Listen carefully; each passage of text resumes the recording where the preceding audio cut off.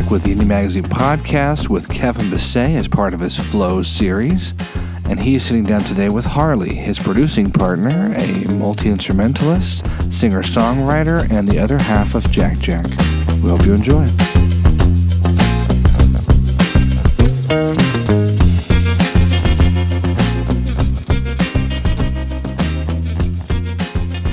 I'm here with Harley Swisher, music and bassist, music and producer, songwriter, singer, the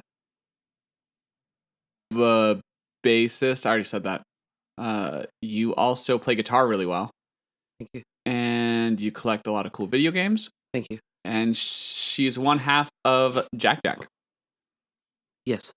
Which is a production duo out of Vegas. Pretty well known. Which you are also in. What? You are the other half. Oh, so it's like a Jaq Jaq interview. Jaq Jaq cast. Indeed. Okay. So we to give a little context of where we were just producing someone. Yes. Yes, we were. This is all true. So far, Kevin has not lied to you. Okay. So let's first talk about sorry. About my musicianship? Yeah. So let's talk about let's talk about your stuff. Yeah. I want to hear about your stuff. Oh, I was just making fun of the way you said music and earlier. Sorry. No, yeah. Let's talk about your music and. Well, right now I've been doing Screamed for a little over 6 months now, I think. It's about to end this month. I'm playing bass in a local production at Majestic Repertory Theater. It is a musical parody of the movie Scream. It's pretty good. I've been having a great time. It has kept me from gigging with other people, but money. Yeah. Mm-hmm. Mm-hmm. Yeah. It's not like you haven't been gigging either, because you've been gigging for Scream. You just had like a prolonged thing with them. Yeah. I've been gigging a lot with them for, I think it's been like 7 months now of this run. It's been very successful, so I'm living for it. Yeah, they like blew up on TikTok. On TikTok, yep. Which is an interesting place to blow up. People are flying from all over just to come see it because someone put it on TikTok and it blew up. Wild. That is weird. It's weird how stuff like that happens. I know.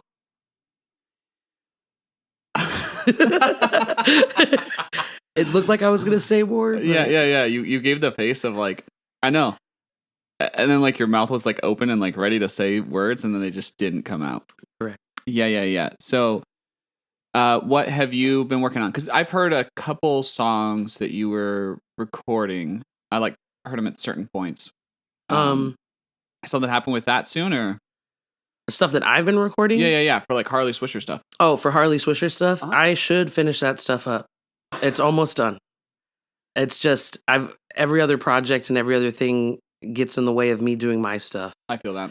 So it takes me longer. Yeah, I feel like the busier we get as producers, the less time we have to work on our own stuff. Right. And I'm telling you, this stuff is like almost done. I just gotta go in, do vocals and like mix pretty much. If you ever need my help doing something like that, I can help out. Thank you, Kevin. Maybe one day when I have time. We'll just put in a schedule. We'll schedule that. I'll come in and I'll just like be there to like make it happen. Thank you. And then, I mean, it's your song. Like, you don't need to do anything or whatever. Like, whatever. I don't know why I said all that. Okay. So what are all the things you're in? Because I know you're in a lot of stuff besides just Jaq Jaq. Because you got, and what have you been working on for other people? Like, what have you been producing? So for Wise Idea, we've been recording and writing and stuff, which is pretty cool. We've been recording here, and stuff is sounding great. Our schedules are all over the place as well, so it's a matter of all of us getting together and writing together and stuff. But it's coming out cool. Been working on like mixing for silent movie cinema. She sneezed. Sorry, my cat sneezed. Did some stuff for Kook. What else have I been working on? I'm just trying to think. Stuff with you. We've been working with other artists like John Foley or Larry Coleman, 2020. All good stuff coming out. I'm excited to have my name on a bunch of stuff out there. So Yeah. Good stuff. Yeah. So let's talk a little bit about the Jaq Jaq thing coming out, because that'll probably be out by the time this podcast comes out. Yeah. Just by scheduling. So. April 5th. I'm excited. Jaq Jaq's Dancing Robot will be coming out. We've been working on it. It's 3 songs that there's my cat. 3 songs that are meant to make people move and groove and dance. Definitely out of my comfort zone kind of stuff that we've been working on, but here we are. I'm singing more on some stuff, so already out of my comfort zone. More words for me to learn. There's like some raps and stuff out of my comfort zone, and more words for me to learn. Right? Yeah. Yeah. Just the words for you to learn. Yeah, pretty much. Yeah, it's weird how consistent that is across artists. I feel like a lot of artists are just like, I don't want to learn more words. It's weird in like rap. I've talked to a lot of hip hop artists recently who don't want to learn more words, and I'm like, But you're doing rap. you're doing rap. Like, Why would you choose such a wordy art? it's a great question for them. I should have asked them that. Like, why did you choose such a word? That sounds a little demeaning, though. But it's not. It's because It's a legitimate question. it's a legitimate question, and it's not demeaning because I feel like it talks about the depth of the art. It has a lot of words. Like, I don't think people think about that. Sometimes rap is dismissed a lot by people, and they don't realize the amount of work and the amount of talent that is in there. Oh, it's crazy. Yeah. Yeah. Yeah, it's been really fun doing the Jaq Jaq EP. This one's been fun. I remember I turned to you and I said, Harley, people love to dance at our shows. We've got to do a dance EP. I just want to make dance music. And you were like, I don't know, Kevin. And I was like, I swear, Harley, people are gonna love it. And you were like, no way. And then you came up with an idea and you're like, it can work if we do this. Only if we do it exactly this way. And I was like, I'll take anything because the people need to dance. Okay. Yeah, I remember that's exactly how it happened. Sure, Kevin. That's how it went down. What is your version of events? My version is that we talked about different things for EPs, and then we landed on that one, and I was like, hey, what if we did it in the style of these things, which ironically, I don't feel like we did in the style of those things at all. Because we were trying to do like a Prince vibe, but that's not what we That didn't happen at all. No. It didn't happen at all. But it still worked out pretty well. Everything's danceable. Everything's moving and grooving, jiving, or whatnot. Yeah. And I think the songs came out really interestingly. Like, I feel like there's this specific like Jaq Jaq energy, you know, of like kind of that like hopeful thing, but like there's a bit of like the overcoming the darkness inside of us type of vibe that's consistent, and taking it into a dance atmosphere is kind of an interesting ask. And I think we did that, and it made the songs take like a shape that I wouldn't expect. You know what I'm saying? Yeah, and we worked with some of Vegas's greatest people, I think. So definitely got some heavy hitters on that album. Yeah, because we got Joe. We got Lily. We got Lily. We got Carl. Got Carl. Yeah, we got Carl. Heck yeah. Yeah, and then I play keys, you play bass and guitar, and we both sing and produce. Yes, exactly. Yes. Yeah, I think one of my favorite songs on that is Gay Song. I'm very excited for that to come out. I think everyone's going to love it. It'll be pretty good. It'll be controversial. Yet brave. It's a brave song. We're brave to put it out, if I'm going to be honest. I think we're two of the bravest souls in the music industry in general. Sure, Kevin. Yeah.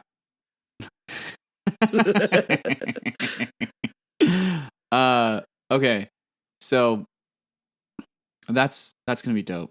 I hope we do some show for that sometime. But even if we don't, it's cool how like when we released Birds Aren't Real, I feel like afterwards we both just started getting like more production work. Like more people were like, "Hey, you guys are incredible," and it wasn't like it was like individually, you know? Yeah, not just work. Even people inquiring about it. Yeah. Even if we didn't get to work with them, they did contact us and want to work with us and stuff, which is pretty flattering. Yeah. I mean, I think that was somewhat the intent too with Birds Aren't Real, was to kind of advertise ourselves as great producers. Well, I think that's the intent with everything that we release. I want everyone to see what we're doing, what we're capable of, Right. and the talent that surrounds us too, because I want these great musicians on everybody's works. Anyone that wants to work with us and is down, like, I want Joe giving that backbeat. You know what I mean? Right. Or like Amy, Or who Amy. played percussion on a Yes. few songs on Birds Not Real. Yes. Yes. And did like Jay playing cello, Yeah. Candace playing the violin. Cam's playing violin. Really good stuff. Like, I would love to get everybody to work with all these people. You know what I mean? Yeah, I feel like, and I've said this to you before, but I haven't said it in a podcast setting, so this will be exclusive to this. That I feel like we're like creating kind of like a Vegas Studio A team. You know what I'm saying? Yeah, a team of good musicians that we can bring to other people that want to work with us.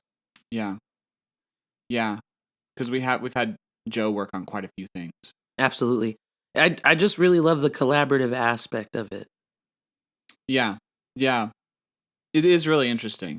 Yeah, you know, and it's very fun to just grab someone and say like, hey, we want to hear what you would do on this track. Like, sometimes we give direction, and sometimes we're just like, this is all you. Like, what are you thinking for this track? And I think that's really cool. We're able to do that. Absolutely. Gives a lot of room for expression to the different artists, and brings it out in an interesting way. Like, I like that style of production. It is a great style. Indeed. Sorry for the cat noise. I don't know why I keep touching it. So what was I? Oh yeah. So I'm actually curious how you would answer this question. So what was the type of music growing, like when you were growing up in your house? Because you grew up with your grandma, correct? Mm-hmm. Like majorly. So what type of music was she playing as you were growing up? We listened to everything. Okay. So, and when I say everything, I mean kind of everything. Like, there was Motown. My grandma was really, really into opera. So. Oh, really? Yeah.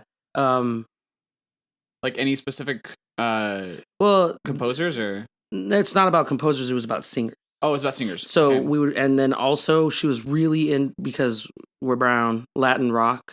Okay. So there was a lot of Latin rock. Like Alejandra Guzman and and stuff like that. Yeah, absolutely. Café Tacuba, like Mana, absolutely. Mana was like a household staple. We had all the Mana stuff. MTV Unplugged, the other albums or tapes, because we did the Columbia House records. Oh, cool. And so that's a big reason why we listened to everything, because we would get every month like 6 or 7, 8 new CDs, like or tapes that we would order, and they would just come to the house. Do you remember those days? Instead of streaming. I didn't ever have that. We just bought CDs in my house that we'd occasionally get into. We never had like a subscription to like Columbia House thing. It was just way cheaper. You could get like 6 CDs for like $20-$30. Like instead of a month. Instead of like a CD for $20 or $30. Yeah, which is, you could probably get like 2 CDs back then for $20, $30. They were pretty expensive, because I remember going to Walmart and it was like $15 just about for a CD. Yeah. If you went to Kmart, it was like $20, but that was the difference. If you wanted an edited CD from Walmart or an unedited CD from Kmart, it was like a $5 difference. Right. Yeah. Which is intense. Yeah. But worth it. How dare they? Yeah. But we also listened to a lot of what people call oldies, you know what I mean? Like a lot of like classic rock type of abs, or no, like it. Well, like this, like the Ray Conniff or Eddie Gourmet or Sergio Mendes, Herb Alpert, Juana Brass, like stuff like that. We kind of just listened to everything. My grandma always wanted me to listen to everything and do everything, and she had me in a bunch of activities growing up, like karate and acting and swimming and diving and golf and basketball and all kinds of music stuff. But the stuff that really stuck with me was music. Right. That's what I cared about.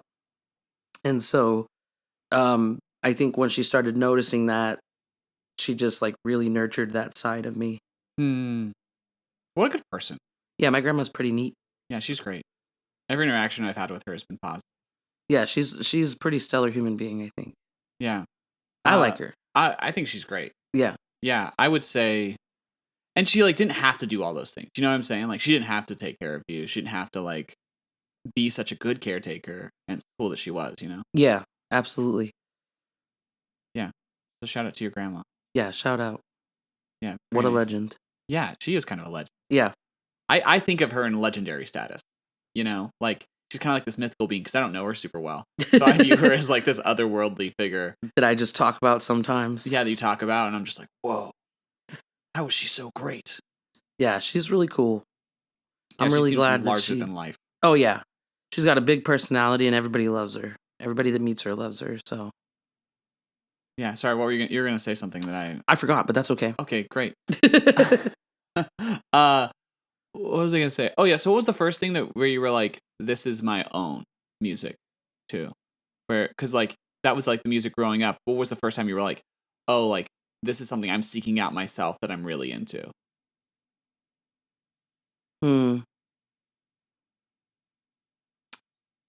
I really liked rock and pop music at the time. Okay. So like alt rock. And I think that was like when I would go see my mom and my dad, they were listening to like Alice in Chains or my mom really liked a lot of more electronic stuff like The Prodigy, stuff like that.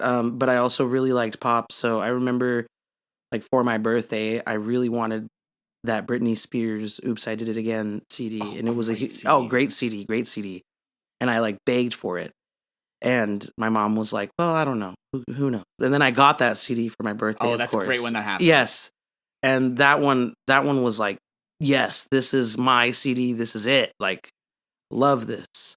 Also, the stuff my aunt listened to.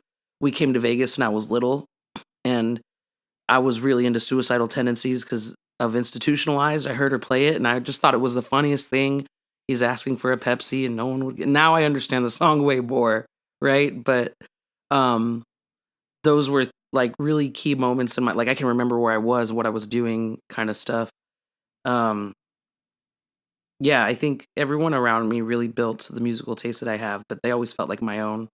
Right. Yeah. So like, even though you heard it from the other people, there were a few times where you were like a few songs specifically became like internalized into who you were. Yeah, this is my jam. Like Heaven Beside You, I remember being in the car with my dad and he was listening to that and I was just like, yeah, absolutely. Or with Britney Spears, the reason I wanted that CD so much is I bought a Barbie. There was a Britney Barbie and it came with a CD that had the single Lucky.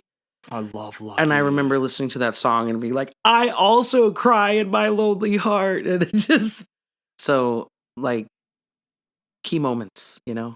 Yeah. Yeah. I feel like it's weird because there's this thing with like millennials like us where it's like, I feel like we're forever kind of view ourselves as like the young kids growing up type of thing. And I think when I see younger kids who didn't grow up, like we're now adults, you know, like 18 or over, and they're not super into like Britney Spears and Backstreet Boys and like that like Max Martin era pop. I'm surprised. I'm like, oh, this wasn't like a crucial part of your childhood. But I think, and it's like they don't understand what a big impact that type of music had on us growing up. You know what I'm saying? That's fair. There are still some artists though, like that were pretty big that I feel played a big part in our lives that kids today, like My Chemical Romance, that's one I wouldn't have seen have been like so big still to this day. When I was growing up, they were very important to me. You know, I remember being in like 5th grade and seeing the cover to that 3 Cheers album and really wanting it, but it looked violent, so I didn't know if like my family would get it for me. And then I ended up getting it and just listening to the crap out of that. And then when Black Parade came out, I was super stoked. Like they amazing album. Well, so is 3 Cheers. Oh, it's Sweet very Revenge, good, yeah. Really super good. And Bullets, and I even liked the one that nobody liked at the time. Oh, Danger Days. Danger Days. Yeah, Danger Days. I think it's filled with bops. It's got a lot of bops. It's got a lot of bops, and it was just a different sound. Yeah, but I think now it's a little more appreciated. Na Na Na Na Na is like such a great song. Yeah, there's all kinds of stuff on there. aside from that single, but Right. that Oh, just are absolutely incredible. Yeah. But I think now they're more appreciated. But at the time, I remember it came out, and on Twitter, which I don't even go on anymore, or X or whatever, yeah. people were just talking mad crap about it, Oh, about that album? about that album, and I was just like, why? This is so good. I feel like I missed a lot of the criticism of things like that, just because I wasn't as like I was a little late to the social media game and internet game. So like growing up, I had no idea that people didn't like the prequel Star Wars Oh, until later. and then I was like, what? Why don't people like these movies? They're all Star Wars, aren't they? And they're like, oh, they suck. And I'm like, I don't think so. I don't think we watch the same movies. Or like Spider-Man 3. Like I love Spider-Man 3, but people You like Spider-Man 3? Yeah, but partially because of the meme-ness. I think it's kind of Okay, silly. yeah. If you look at it, I like Twilight because it's funny. It's silly. I think it is silly. If you look at them like that, then they are way better. Like Yeah. if you low expectation, you go in like Twilight. I'm not gonna say it blew me out of the water or anything, and I didn't watch it until last year. Oh, really? Yeah, I avoided it like the plague growing up. Really? Yeah, because everybody at church was like, "Oh, vampire or werewolf." I was like, "Dude, I don't care," and I just didn't want to be like everybody there. I'm surprised, especially given your like how big of an impact MCR had on you because it was MCR fan fiction. Yeah, but it was like, I think my wanting at growing up to go against the grain kind of thing, Okay. and I didn't want to be. I don't know. I didn't want to deal with like there were bands growing up that I didn't want to listen to that are pretty big, like emo staples, like Panic at the Disco. Oh, I just didn't want to because everybody liked them. and now are you cool with them or is it still? I like like you some of trying- them. Some of Okay. their stuff is cool. Some of it is like okay. Some of it is, Oh, really? yeah. I still don't like that album that has the 9 in the afternoon. Oh, you don't like Pretty Odd? Pretty Odd. That's what it's called, and I don't Yeah. like that song. Okay. Yeah. Interesting. Yeah. Okay. Okay. I just need a quick second to have my brain go back. Okay, so Twilight. Twilight. So, what were your thoughts toward Twilight? Oh, once well, you I saw had it? the lowest expectations for it. So when I saw it, I was like, wow, this is actually way better than I thought it was going to be. Right. It's absolutely corny, totally Totally. lame, cheesy. It's silly, and it's entertaining. I think it's super entertaining. Yeah, it is very entertaining. And it's like a big budget movie. So, it's going to come out great no matter what. It's weird when the effects don't work though. Like a lot of the VFX don't look good in Twilight. And I think it's half of the appeal is that they don't look good. Like it looks like they were almost like Some of them were unnecessary, even. it's like a big budget movie that for some reason has B movie VFX randomly. Yeah. But that's a part of the charm. I agree. Oh, I think Twilight's great. I have one of my like core memories with Cody is with Twilight because we were watching the one after New Moon. Breaking Dawn. Eclipse. Oh, Eclipse. I don't know. Eclipse. I don't know the order of them. It's okay. You don't need to. Yeah. It's not important. It's to not watching. important, no. And there's this part where Dakota Fanning's like they see Dakota Fanning in a vision, and Cody turns to me and is like, "Shoot, Dakota Fanning's coming." She's just like the least intimidating child actress type, and they tried to paint her as like this super bad A.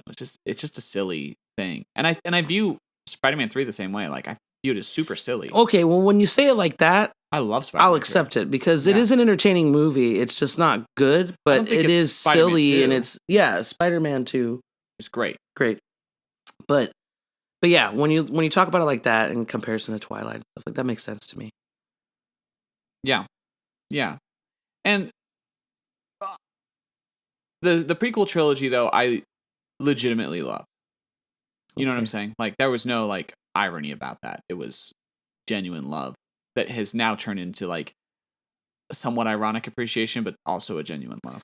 When I was little, it was cool because I went with my mom to go see them. Oh, cool. But then as I grew up and started watching them again, Oh, it lost the charm. it lost the charm. I was like, whoa, these are They're cringy. one of the movies of all time. Yeah.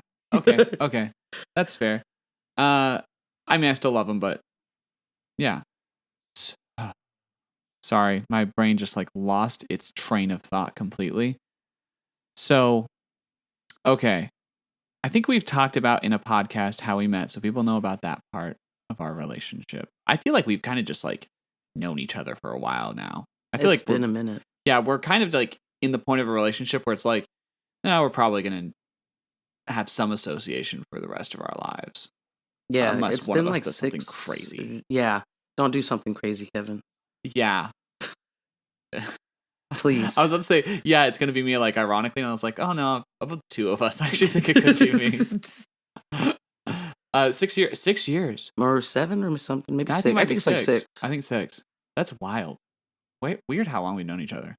It feels like, it simultaneously feels like we've known each other our whole lives because we have so many similar tastes in so many things.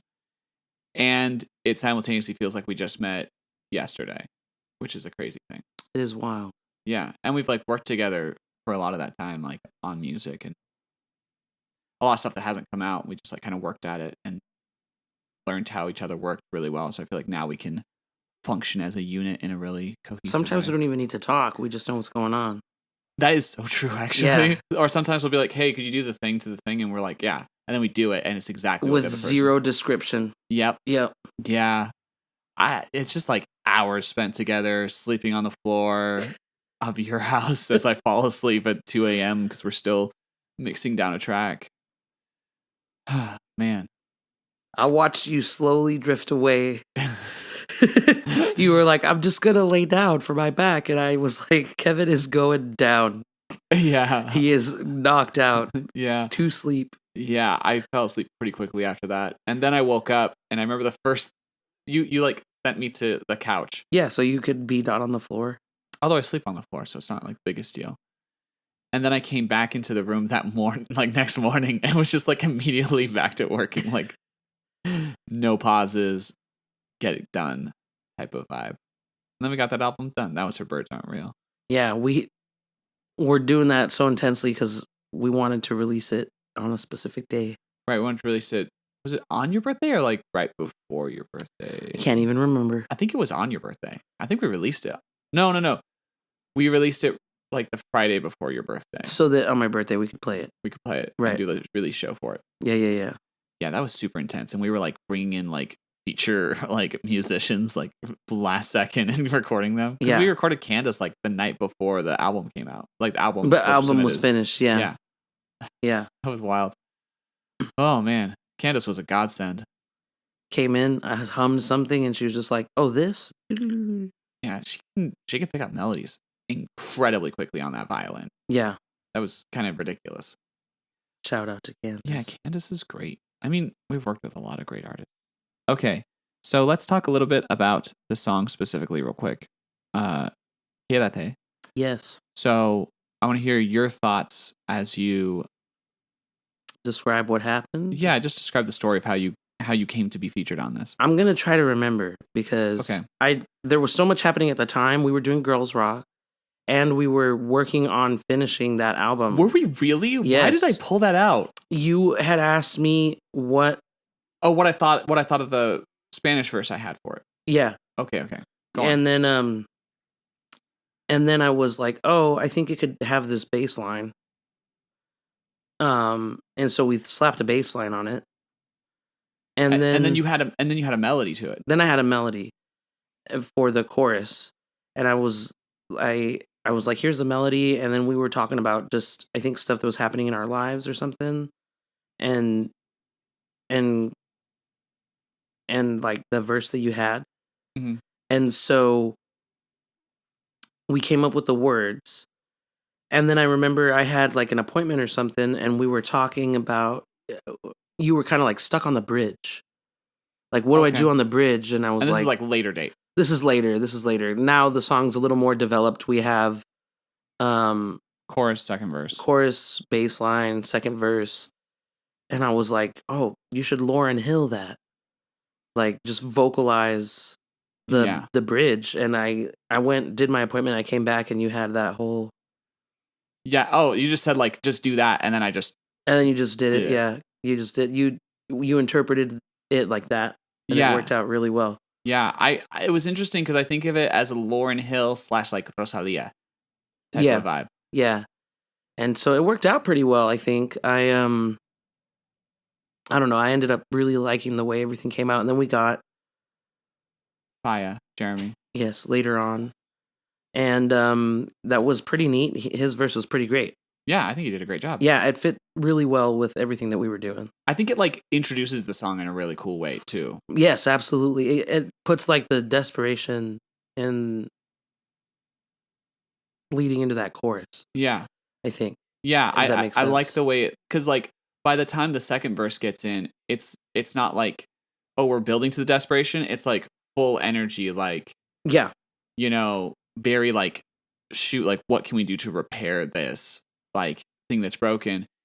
And then I like that his kind of builds into it, and then I think yours almost is like I don't know how to say rendirse in English in a good way. It's like surrendering.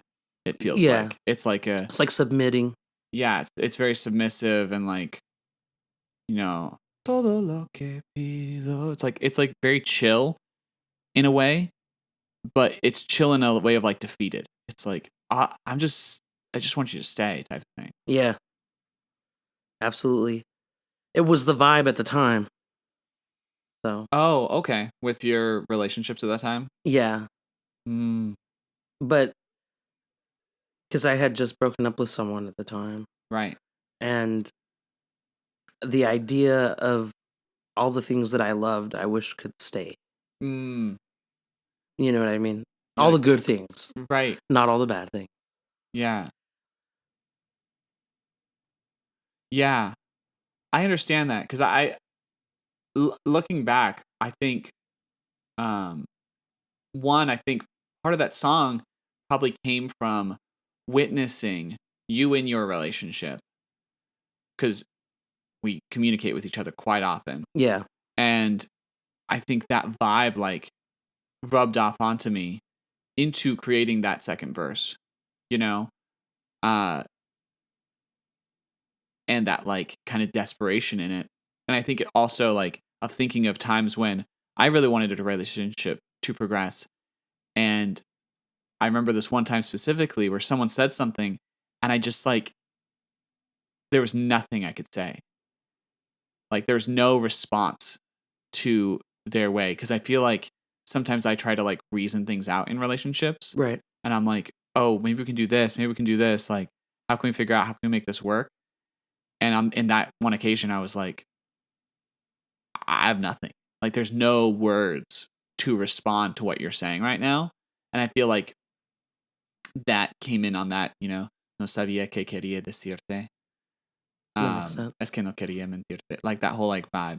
Like, because that literally translates to like, I didn't know what I could tell you, like in that situation. Right. Yeah. Which is interesting. I'm just like throwing myself back to when we did it. Yeah. It's pretty cool. Yeah, it's weird. It's weird how long ago that was. It was like 9 months ago when I first showed you that, right? Because that was like June. It had to have been just because we broke up and then we got back together. Right, I remember that. I remember, yeah, of course, remember that. Was it after first breakup? It was the first time. Oh, really? We broke up, and we broke up in May. So then we probably did that in June. Right. And then shortly after, I got back with them. Right. And I remember there was like this. I remember that time period because, like, we were super close on the album. And when you guys broke up, it was like you were just like a wreck. So I had to stop for a little bit. So you like completely stopped. And I was like, Harley, I want to respect your emotional vulnerability at this time. But I know you really want to get this album done. So maybe we can still get together. Like maybe we don't really have a week we can afford to lose at this point. Yeah. When we made it happen still. We still made it happen, which is incredible. Yeah. I did not think it was gonna. I definitely didn't think it was gonna happen that last little bit. Like, I didn't think it was gonna get out when it got out. I think you specifically said, I don't think this is gonna happen, like a few times. Yeah. Yeah. I think it's very funny how we both have these kind of moments. Because I feel like we both have moments where we're like, this isn't gonna work for the other person. Yeah. And then we somehow make it work. Yeah. but and so it comes across funny. I feel like when we do shows or when we like present ourselves in like social media, because we're both like, the other person said it wasn't possible. This other person said it wasn't possible, but I knew we could do it. And the funny thing is, it's super silly, but there's actually truth to like, we're actually both telling the truth. Yeah. Oh man. Yeah. I like the devotion to silliness we have going on too. It's good stuff. Yeah. I like the feuds that we have. Yeah, I didn't see this one coming, actually. Because we discussed, so with The Birds Aren't Real, we discussed that we wanted to get in feuds, and so we got in a feud with Pigeon Hat Collective. And then going into Dancing Robot, the concept was originally that we were like kind of going to go after was that you were going to be telling everybody that I wasn't real. Right. That I was an AI created. And so I was expecting that like for the announcements or like to like integrate that into like the overarching like story of the project. But instead you came out swinging as like Kevin doesn't want you to hear this new album. And I was it's an internal feud. What? And I was like, I don't know how to respond to this. So I was just like, Harley's telling me like we can't show you this new music that we can't like, and I was like, there's no other way to do this. Like, we're just blaming each other for like the reason that other people can't hear the song. Perfect. Yeah, and I actually really like that. I like that we're feuding and we're feuding about the same thing. Like we're both trying to take the same side. Yeah. It's good stuff. Yeah, I appreciate it. Man, it's funny because remember the last time we did a podcast together, and I feel like we were both just like bouncing off the walls because we hadn't started a session yet. We hadn't done a session yet, but we just finished one. So I feel like right now we're just like completely relaxed and like just chilling. Yeah, like more low energy. Yeah, the last one we were bouncing off the walls and like punching things. Super excited. It was a time. It was once upon a time. Great.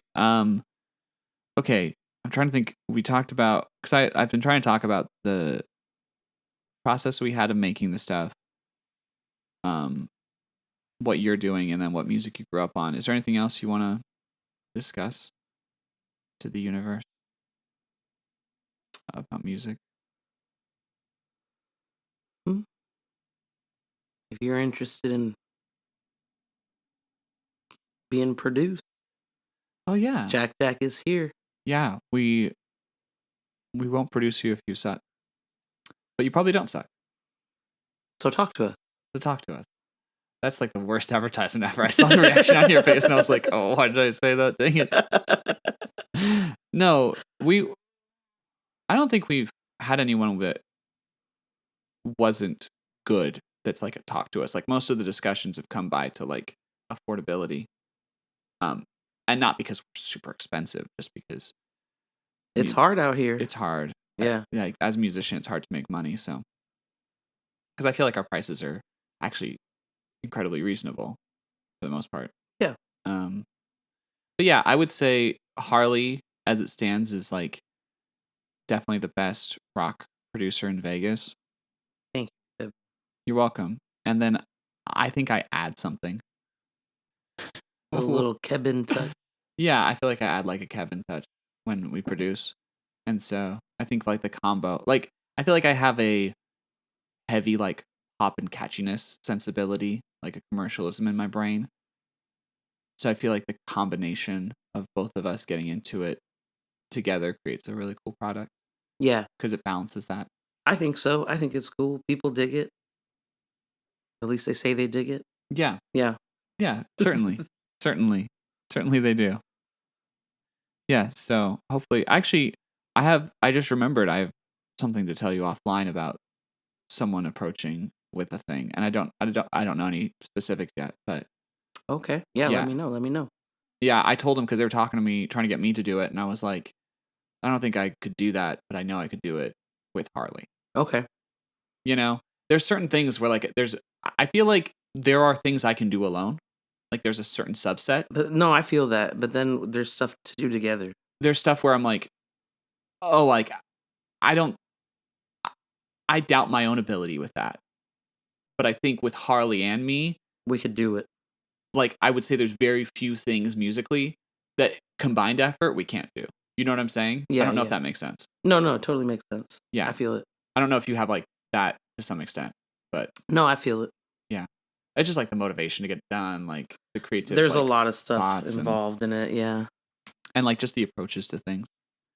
Yeah, like because like the country thing we're doing with John Foley, I can't produce country. Like I feel like it's just so hard for me to like get the production aspect of it, but I can write it all day. Right. And I have a lot of really good insights into the mind of someone from a small town because I'm from a small town, you know, and I saw that. Like I saw people getting to school on like an ATV or a dirt bike, you know, like that wasn't weird. That's like how people got around. Interesting. 100%. So I feel like that small town vibe and that part of country I can just plug into very easily. Right. But I can't get into the production aspect of that specific genre, and I feel like you can. So it's like together we can cover all genres. We can make it happen. Yeah. No, I feel that together all genres are possible. Separate, only certain genres are possible. What? So would you say your favorite genre is like rock, alt rock, or would you say it's more toward like pop and like synth pop? I think it's like, oh, I don't know, maybe alt rock, Okay. but from a certain time period, because the best genre known to man is early 2000s pop rock, alternative rock ballads, of course. Correct. Yes, I guess. thank you. Yes, it's not It's an not opinion. a debate. Oh, okay, great. It's a This fact. is a fact. Early 2000s, As everyone knows. alternative rock ballads, best genre of music. Okay. Yes. But like today I love pop a lot. I like There's a what lot of pop great has to pop offer. right now. It's so good. Yeah. It's crazy. Like SZA's latest album was ridiculous. Olivia Rodrigo, Casey Musgraves just came out with her little album, and I thought that was really good. There's a lot of good stuff for pop to offer. And Sia's got a new album coming out. I did see. I'm very excited. Well, so that's your favorite genre of like what's going on now musically. I'm actually curious, what's your favorite genre to produce or to write? Like separate. What's your favorite genre to produce? What's your favorite genre to write? I like drums. Okay. So Like real drums? Real drums. So if it's got real drums, I'm in it. Okay. But I don't think it's a genre thing. I think I like drums. Okay. I like real drums. Right. So it's like So it's got real drums. any genre, any song that has real drums, you want to be on the production of it. Yeah, absolutely. If it's got real drums, I'm there. If it's got a weird instrument, I'm there. If I can mic the crap out of something, I'm there. Okay. You know, that's so my funny. favorite genre to produce. That's so funny to me because, like, I would say legitimately, and I've actually told people this. I recently told people this because I was just like with a new group of people, and they're like, "Oh, what do you do?" And I was like, "I'm a music producer and songwriter and singer and performer, right?" And they're like, "Oh, okay, cool. Like, what type of music do you make?" And I was like, "Anything without real drums." Like, I'll straight up tell people sometimes. Like recently, I worked with a client, and he was like, "I want real drums on this," and I was like, "Okay, cool. Well, we're gonna have Harley do that part, and we're gonna have Joe play the drums." And I was like, "That's the only option you get," because I just don't want to deal with it. Like, I do not like working with real drums. It's just such a hassle for me. It is a pain. It's a lot of work. I like to do as much as I can at the same time, of course, but I love it. Okay. And then what's your favorite to play? Okay, sorry, I'm just like, these are quick questions. Favorite genre to play bass to? R&B. R&B. What's your favorite genre to write music to? Alternative rock. Alternative rock. So, producer drums, write that. What's your favorite genre to sing? Early 2000s alternative rock ballads. Okay, well, that makes sense. What's your favorite genre to play guitar to?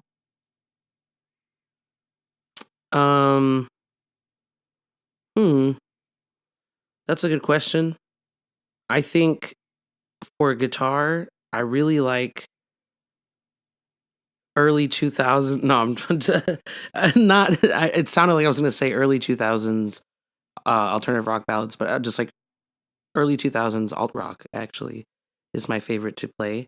But every time someone says how I play, it's never like that. They always say it's like Nine Inch Nails or. Oh, okay. Well, Nine Inch Nails is a huge influence. Well, I do love Nine Inch Nails. Trent Reznor, one of my spouses, but he just doesn't know. He just doesn't know yet. Yeah. Analog or digital compression? I like digital stuff. I'm saying, yeah. I know I like analog stuff a lot too, but I'm pretty big on what you can do in the box. Yeah, I'm same. I like working in the box. Yeah.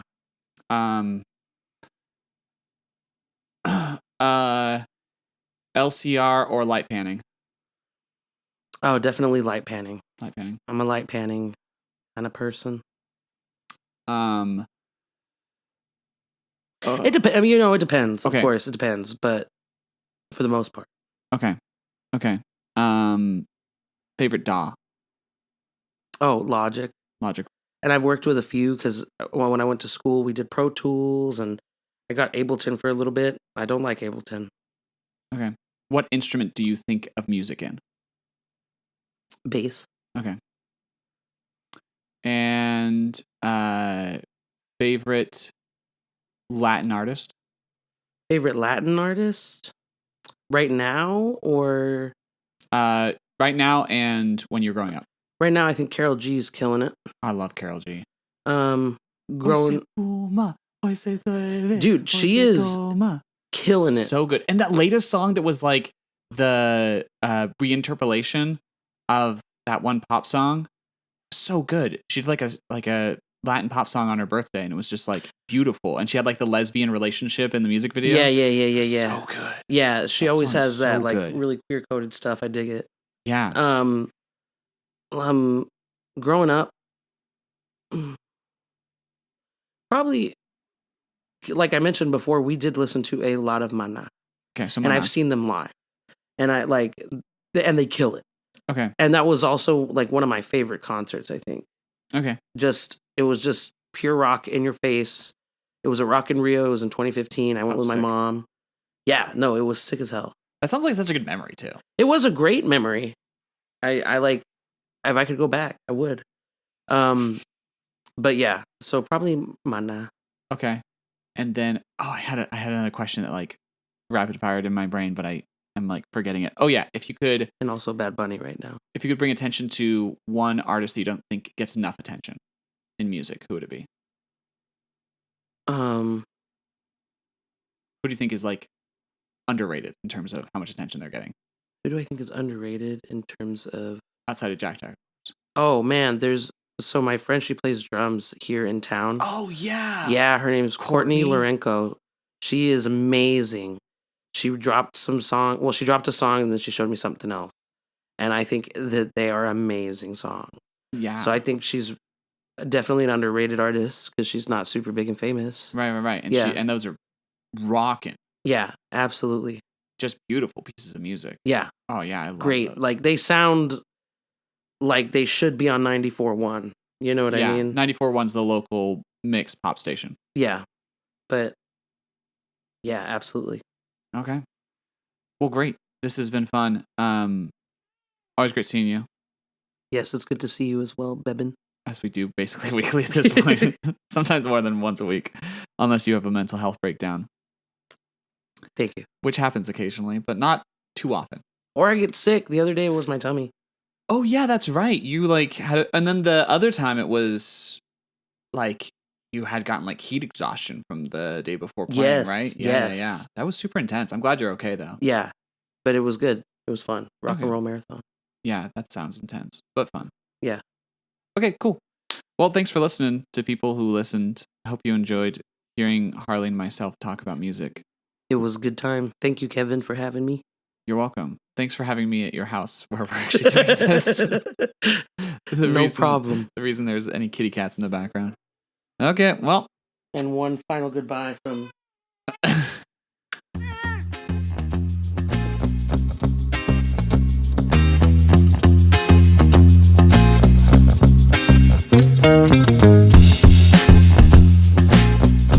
We hope you enjoyed enjoyed this week's episode of the Indie Magazine Podcast, be sure to like, subscribe, share with friends, and we will be back with another episode from Kevin Massey as part of the Flows series soon. Until then, listen to good music.